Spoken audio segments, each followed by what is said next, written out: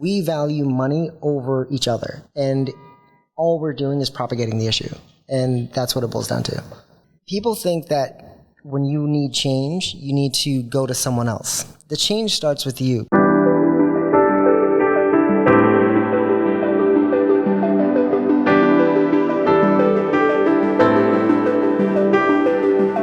Hey, what's up, everybody? Paul Tully here with the FYI podcast. We're back for another episode, FYI, finding your inspiration where we find it and we follow it. Today, we got a super special guest in the building, my boy, Abdul Tubman. What's up, Abdul? Hey. Happy to be here. Last time I interviewed you, it was on my IG Live like 2 years ago. It was about health and fitness. Yeah. And now this guy has completely transformed. I mean, you look amazing, man. So we're going to talk about that. And yes, you heard the name right, Abdul Tubman. He is his, you know who his great aunt was. So Harriet Tubman, we all know. We read about her in school. We know the history. So we'll talk a little bit about that as well. Abdul's an incredible guy. So let's jump right into this. Let's do it. All right. What's up, man? Tell the people a little bit about yourself. Where are you from? Well, I was born in Liberia, Monrovia, Liberia, which is pretty much like the one, I guess you could say, almost American colony.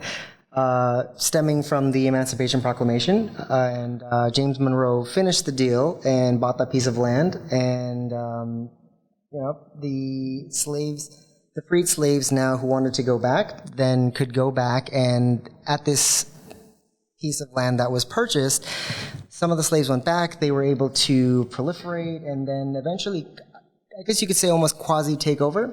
And at that point, they established, new government. They were new elections and everything. Fast forward, and in 1948, my great-grandfather was elected president, and he stayed as president. I could say, really, becoming reelected until he died in office in '71. Wow. Yep. So how many years total was he president? I believe that's 28 years.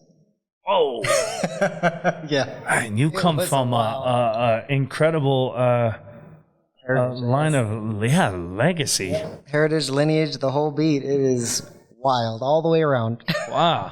Now, how long have you lived in New York? Oh my God, I've been here since I was I turned 4 here, so I think we arrived when I was about 3.5. Wow. Yep. Grew up right here. Where at exactly in New York? Came to Scarsdale first and then settled in White Plains, and I've been there ever since. But the city is where the heartbeat is. Yeah. I mean, you work in the city and stuff. Yep, one block away.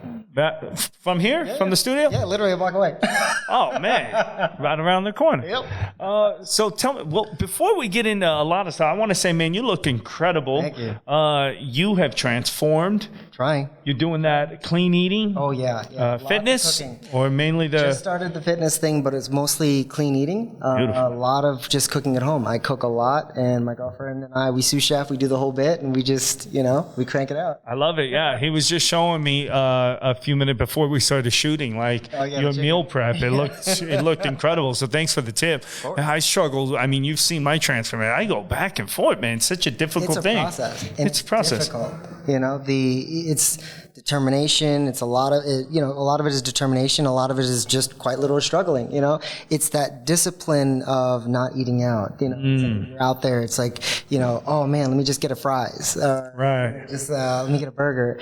But it's so processed. Yeah. All the time you're not eating real food. So, we just cook at home. Sunday night we crank it out. We just do some meal prep, eat dinner, and then whatever's left over, there we got our meal prep. Let's jump into who Abdul is and what you're doing. What's going on? What are you into in life? Man, life has been crazy. The last month and a half has just been incredible.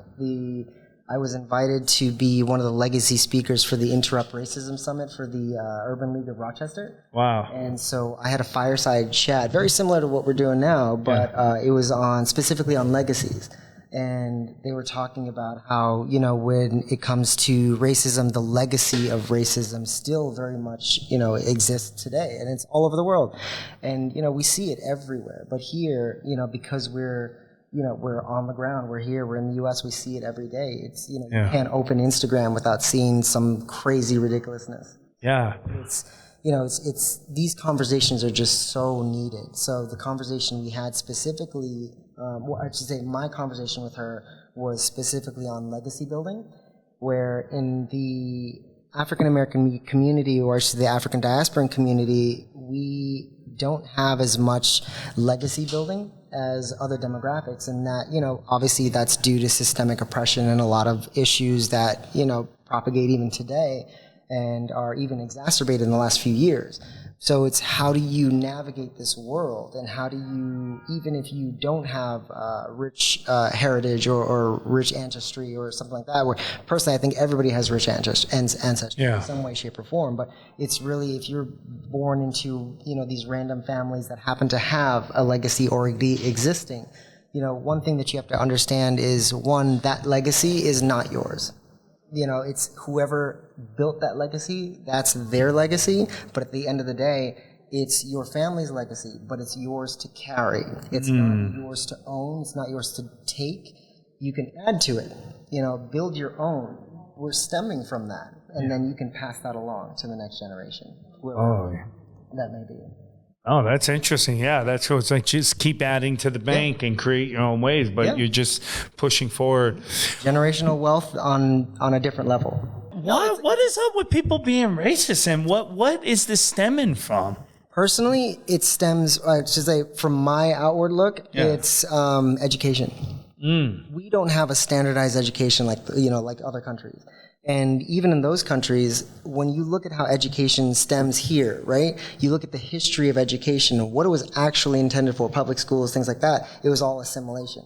So when you had a lot of, when I'm talking about the inception of public schools, it was all geared towards assimilation of other cultures. So that way, quite literally, these demographics that weren't officially considered white yet, like Italian, Irish, when they came over, speaking different languages, having accents, having different cultures, but then you have, what you would, I guess, now consider native, the Americans, not Native Americans, but Americans. Right. And so how do you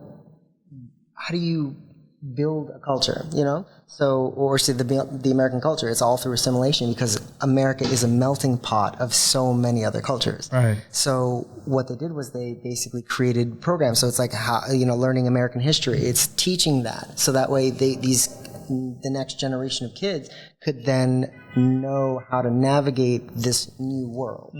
So now fast forward, where slavery existed, and slaves weren't being taught quite literally anything except for tools of the trade, things like that, things that were needed specifically for work. Right. So only if you were a freed slave, or very rarely if you were a slave either in the house or something like that, or you were taught from someone else, either how to read and write, do math, different things, like other skill sets that could be transferred, and build educational value. So now we're at a point where education is even being scaled back now. We have book bannings, which is insane to me. We have African American history in Florida that is just it's not being taught in any way, shape, or form correctly. And you have textbooks even today in the South that still do not acknowledge slavery as a reason for the Civil War. And not only that, but in the textbook itself, it says that the Middle Passage, say the transatlantic slave trade, they called those particular slaves who made that journey immigrants, which is inaccurate. Wow. Completely inaccurate. Right. So if these things are being taught, how do people know that it's inaccurate? There's so much misinformation today. So we really need to revamp our education system so that way people are actually taught the correct things. So not only that, but you have to standardize it across the country, which we don't have that. Yeah. States can do whatever they want.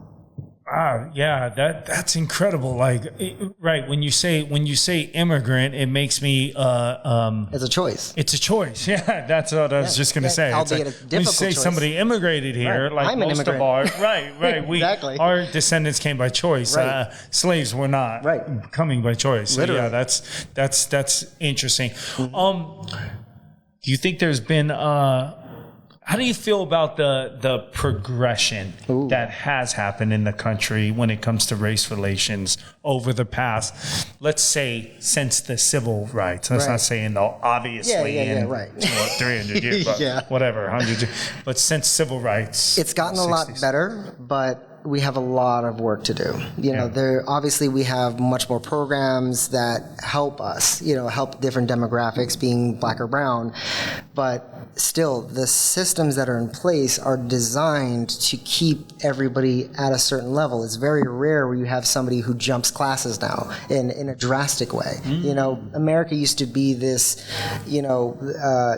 upwards mobility was the thing. It's the American dream. It's you come here, you build, you save, you do whatever, and then you make something of yourself. It's very difficult today, especially with rising costs in quite literally everything and everywhere. Food is expensive. Housing is expensive. So right off the bat, you're at a negative. So it's like, how do you build when you are at a loss? Yeah. It's very difficult to do. But the way to do that is to, pool your savings together with other people. If you can, I see this all the time, and I'm going to speak directly to the African American community, where you get a bunch of people who, thousands, millions of people are buying Jordans every year, right? You get 5 friends to not buy Jordans, you've got an LLC.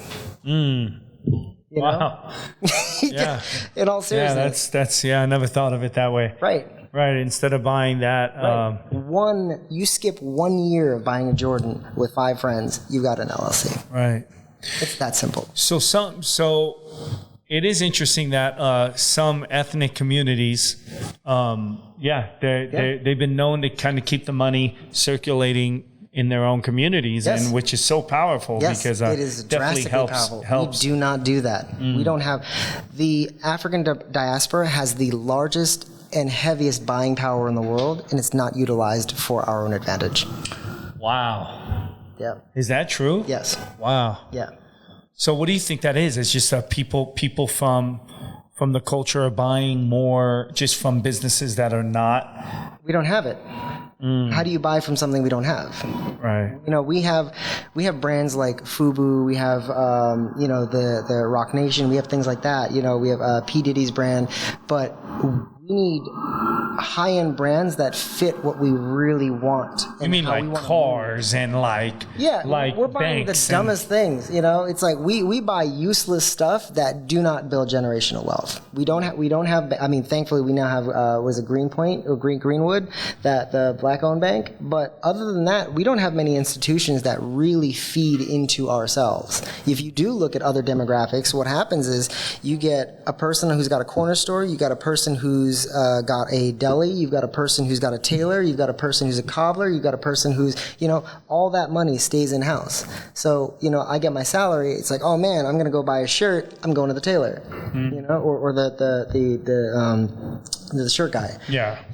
Or if you, or if you want to get it dry cleaned, you go to the dry cleaner. You need your groceries, you're going to go to the little mart. You keep everything in house so the money then compounds itself.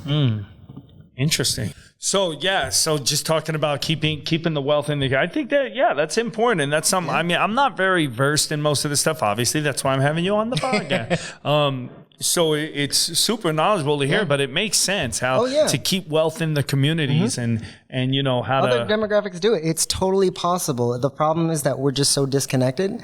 And, and it's by design. So it is, unfortunately, it's one of those things where it's like, it is what it is until we can disrupt it. We have to do something. We have to, as they say, interrupt it. Yeah. We need to change. So Abdul, tell me, the point of our podcast, right? I know for people listening, this is probably the most, I've tiptoed around, political stuff because we mainly just talk about, how people find their inspiration, what they're doing. But having you on, it's impossible to avoid. It's an important topic to talk about, and but it does stem from, it all ties in. Yeah, the whole finding your inspiration thing, because it leads into pretty much like what I'm hoping.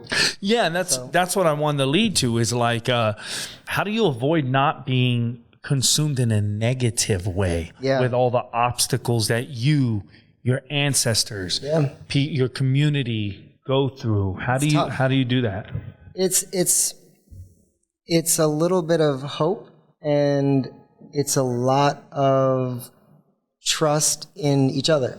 I think that, I would say in my own personal journey of figuring out who I am and what I want to do, it's a lot of it is looking towards these issues and really figuring out what are the simple things we can do, because it's a very complex problem. It's something that obviously has been around for a long time, and it will be around for a long time. And I think part of it is deconstructing labels, removing of labels, because we are so divided just from labels. Just if you look at just the African American community just by themselves, right? We are divided by light skin, dark skin, hair, where geographically you're located from, what's your background, but it's really, when you have conversations with people who are like in the Caribbean, right? And they're very proud of their heritage, which makes total sense. But at the end of the day, and as harsh as this sounds, it's where the boat stopped.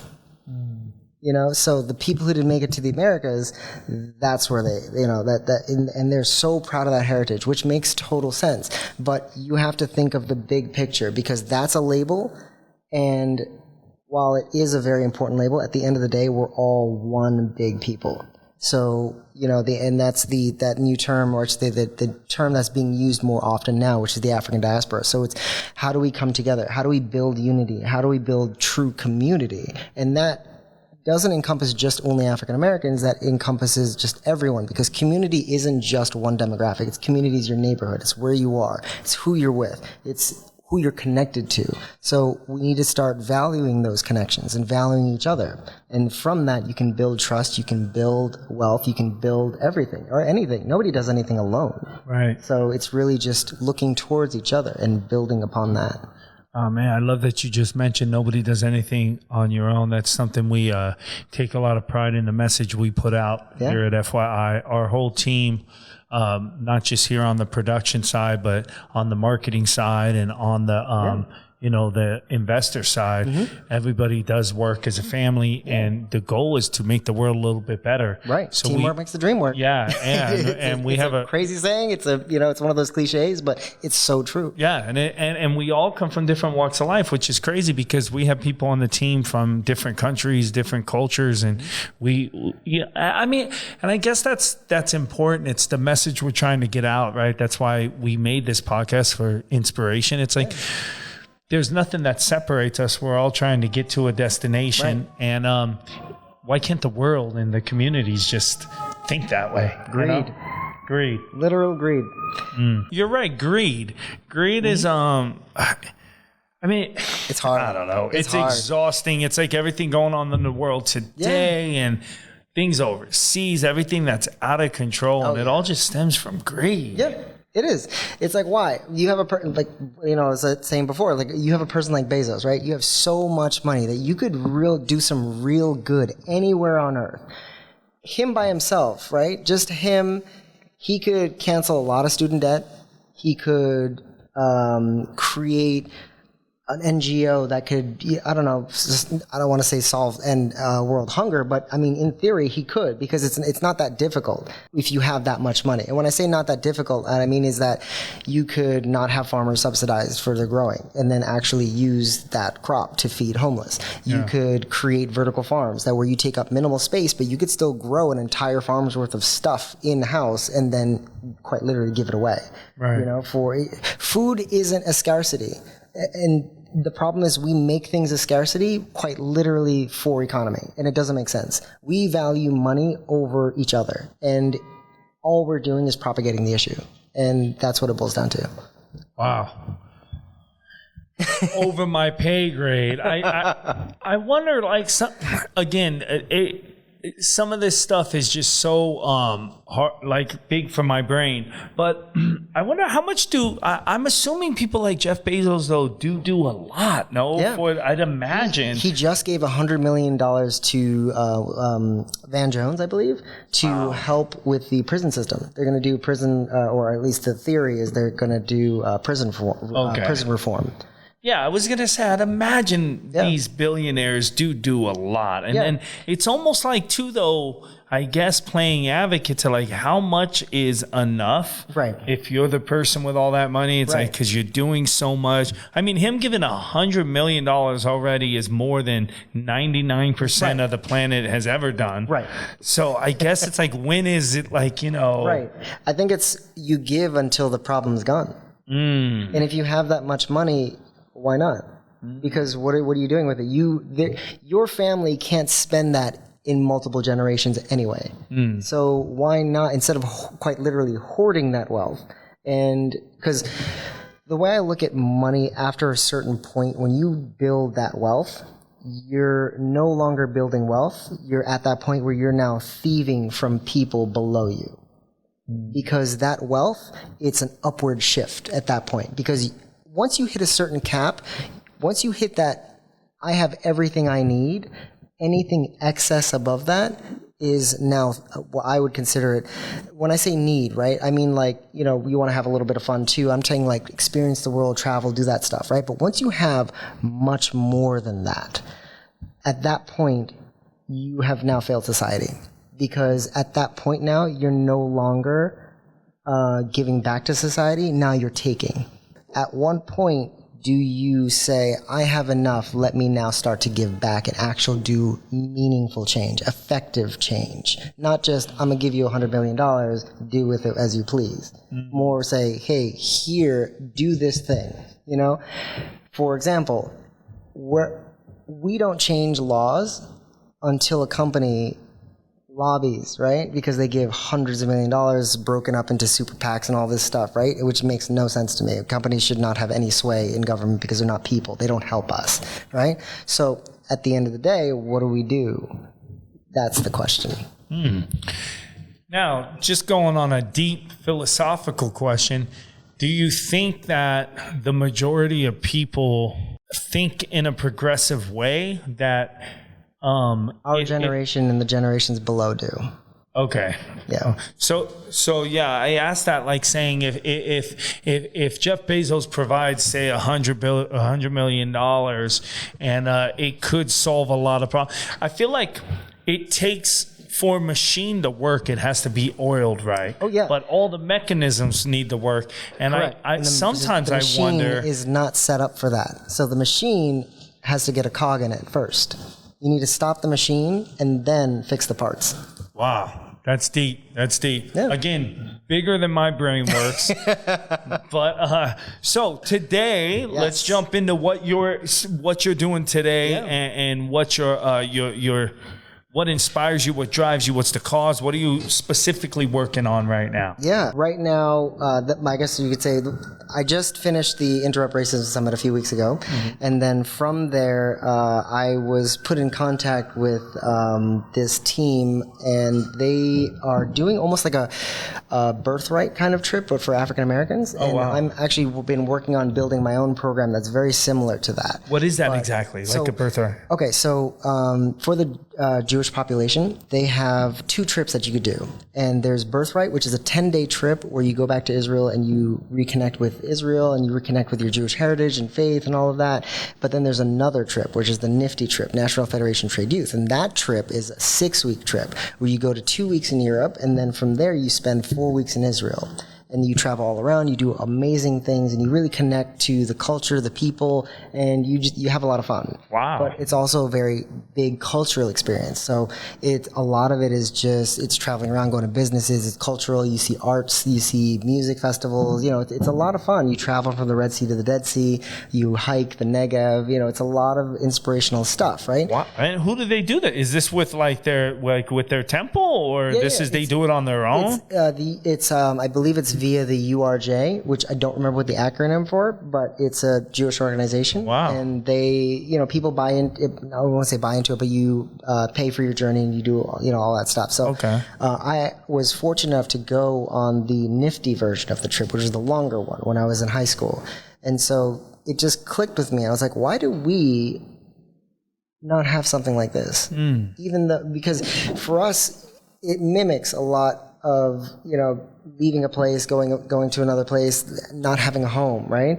So the African Americans, they have been disconnected from their own history because of the Middle Passage program. So I've been working on trying to figure out how do we bring that back and how do we bridge that gap between the African diaspora. So that's something I've been working on right now. And through this other program, they're doing like pretty much like the birthright version of it. And I'm going to be, in February, I'm going to be teaching the slavery and Underground Railroad portion of African American history for that program. Wow. Yeah, so it'll be like a one-day class that I'm doing. But I mean, it's part of a much larger, it's a 15-week program, and I'm just doing one of the days. That's incredible. But it'll be a cool start.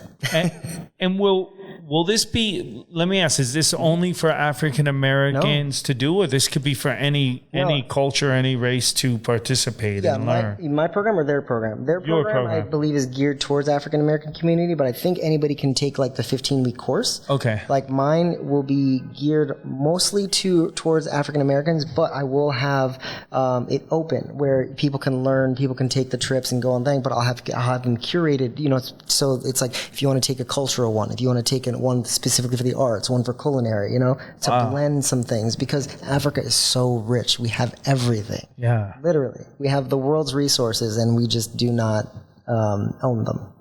Wow. So it's wild. That's power. That's cool. Yeah. Yeah, that's really cool. That would be really interesting for people of other cultures as well. Oh yeah. I mean, obviously for people of your culture to have learn, but for all everybody. Cultures to exactly. And that's what I mean by community, because we're all one people. It's just a matter of we have these labels of differences, you're white, I'm black, even though I'm actually brown. You know what I mean? It's right. We're all flesh and blood. It's like, what's the point? Yeah, exactly.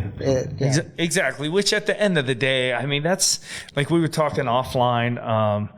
It blows my mind how long it takes human beings to find peaceful solutions to simple things, right? But like you said, greed and it is literally what that. It's biblical. It's I mean, this stuff's been going on since the beginning. Well, what's the specific thing that just drives you every day? I would say hope and love. Hope and love, because you can't have one without the other. So for me, if you lead with love encompasses what? Kindness, compassion, all these things. It's all subbed into it, right? And then hope is just another form of love. It's love for the future. So it's really just thinking in terms of how do you do better tomorrow? You know where you stand today. What can you do to make tomorrow just that little bit brighter? Yeah. It could be something simple, but... What makes you, I've interviewed people from all walks of life. Some people, certain traumas have triggered them into negative, patterns in life. And I think race issues definitely, that could happen. I mean, if you're dealing with a system that, was built against you and not for you, and to create intentional obstacles. You say hope and love, which is, and I know you, so I know that's true. But what keeps you from saying F it all and being angry and wanting to burn it down and break it down, the system? But instead, you're choosing to find hope and love, because I think it's easy for some people to not go that way, right? And what people don't realize is that, and it's going to be kind of a crazy thing to say, but if you think about it, in America, right? If black people want, all we're asking for is equity and equality, right? We're not asking for anything else. But if we wanted to, we could take it. We don't. Because at the end of the day, it serves no real purpose.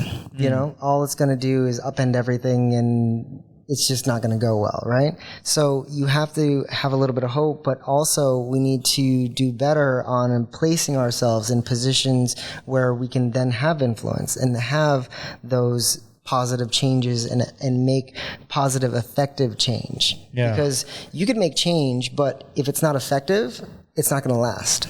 So that's the key. It's having change that will last. And that's finding that is difficult, but it's doable. You just need unity and community. Where does the change start? Look in the mirror. Literally, look in the mirror. If people think that when you need change, you need to go to someone else. The change starts with you, because if you have the idea, I guarantee you someone else has the same idea. So all you have to do is find the other person and start there. Yeah. So if you start with you, you'll eventually find someone else, and then they'll find someone else, and then all of a sudden you've got a group, and then when you have that group, now you've got a community. Right. Now you've got that community. Now you're building something together. I like that. I'm a firm believer in no matter what it is you're trying to achieve in life, it all starts within yourself. Mm-hmm. You have to, as the cliche states, you have to be the change you want to see in the world. So if you start, it will follow. It may take time, but time is the only resource you really have. So you have to utilize it well, because it's the only commodity that means something. Because when you give your time to someone else, you can't get that back ever. It's the one commodity that's fixated. Money will come and go, but you don't get time back. Yeah. So if you give your time to someone else, they need to appreciate your time, but also at the same time, you need to really give your time. And you need to be there, be present, be opportunistic. And when I say that, I mean you have to be willing for opportunity to not just fall into your lap, but also be aware that opportunities are quite literally around you. All you have to do is look up, look around, and say, okay, you know what? I've got $10. You got $10? Now we got 20. Let's do something. Right. It's that simple. Yeah. So what message would you give out for, maybe a young African-American kid out there listening and a non-African-American kid? What message would you give to both of them of how they could help make this change? For me personally, it really doesn't matter who you are, right? So it's not a race issue at that point. At that point, it's really a unity issue, because it's all these labels, right? If you remove the labels, what are we? Just people. So if you take away the labels and just focus on the people, we can find the solutions. So it's really just a matter of, if you're black, white, Latin community or anything else, it's just a matter of looking to your community, looking at the people around you and saying, you know what, we can do better, and maybe let's do something to do that. Whatever that may be. Let's say you don't know your neighbors that well. What can you do, right? How do you build that trust in that small community? You could invite a neighbor over for dinner. You can just say, hey, let's go get a cup of coffee. We don't know each other that well. Let's just, learn some things about each other, because we have more in common than we do different. Right. So if we can focus on our commonalities, we reduce the negativities. So then just would it be good to say then, when we speak about keeping the money in communities, like we spoke about earlier, is that verse to say just work with each other? Yeah. So if you have 10 and I have 10, I don't have to be African American to have the 10 with you. Matter. So build together overall. Right. And because when we talk about diversity in companies, right? Yeah. The most progressive companies and the companies that have the highest effective rate of productivity all have the most diverse workforces. I believe that. All of them. Yeah, I believe that. Have the most diverse workforces. Why? Because we all bring something to the table, and we're all learning something different from each other. So we're taking that away, and now we're applying them across the board. It's funny because America has its issues. Obviously, I'm a veteran, and I love this country, and I know we have issues, but I believe in the pursuit of happiness, and I believe that's the key. Yeah, I believe we've been on the pursuit. We're not perfect, and we made a lot of mistakes, but we keep pursuing to be better. But like you just said, America is multicultural, and even though there's been always has been, there's been a lot of issues and systemic issues. Yeah, we keep thriving to be better, and I think we're that way because we have so many cultures that come together. 100%. And we're think about it like this. Everyone who came here, right, who is an immigrant or whatever have you, that means they survived a journey. Right. Regardless of what that journey looked like, they made it here. They crossed an ocean. They did something to get here, which means that you, as the legacy of them, you don't have a choice to give up. Right. Why would they spend however many months to get here, generations all the way down, for you to say, I'm out? Yeah. Yeah.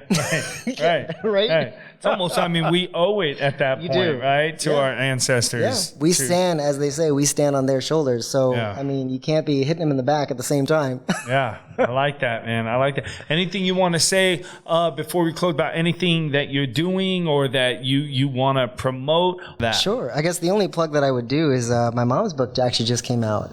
Yeah, she launched her book all the way from Kenya.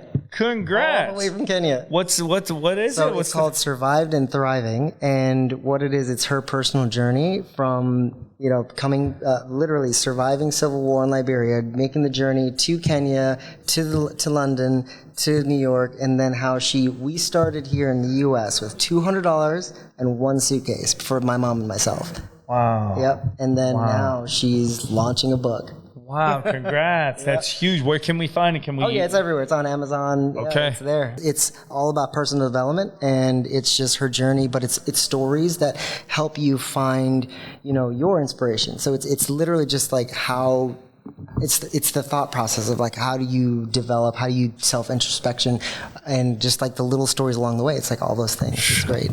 I love it, man. I'm looking forward to reading it. I am featured in the book. Just slightly. Nice. When I was a child, there's a little story in there. Amazing. Yeah. I'm going to definitely check it out, man. Yeah. Well, hit the camera, hit them with some of that Abdul wisdom. Sure. What I would say to the viewers, when I'm keeping the point of it, which is, finding your inspiration, right?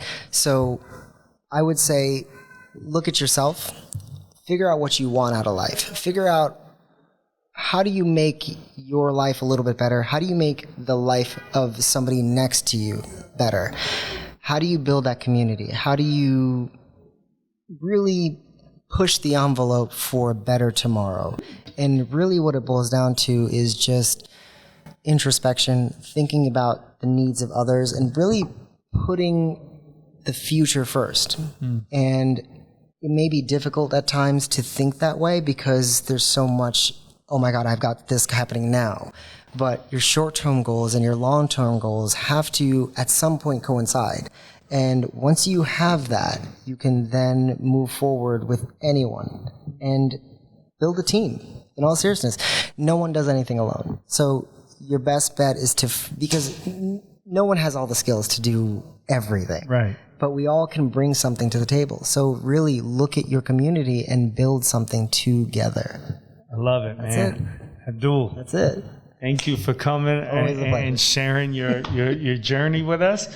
I love it. I've always learned something, and I'm a fan, and I watch your journey. I'm a fan. And dude, it's great. And keep up the health, man. You got me. I'm trying. I got to get motivated here. All right, everybody. Thank you for tuning in to another episode of FYI. This is your host, Paul Tully. This episode, what did I get out of it? A whole lot.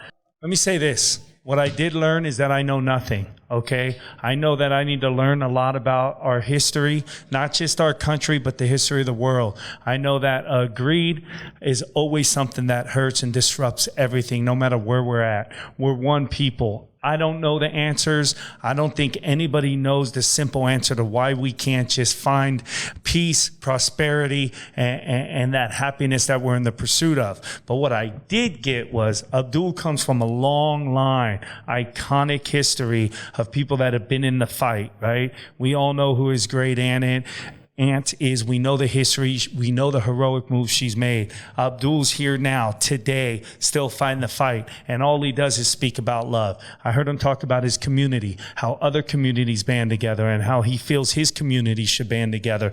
But then he said, we should all band together is what I'm saying.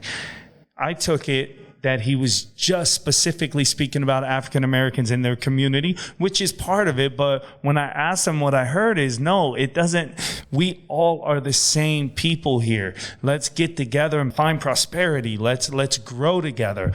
It's very simple. I don't know why it's so difficult. Again, I don't have the answers. What I got out of today's interview is also that love and hope, these are the things that we should all pursue to find.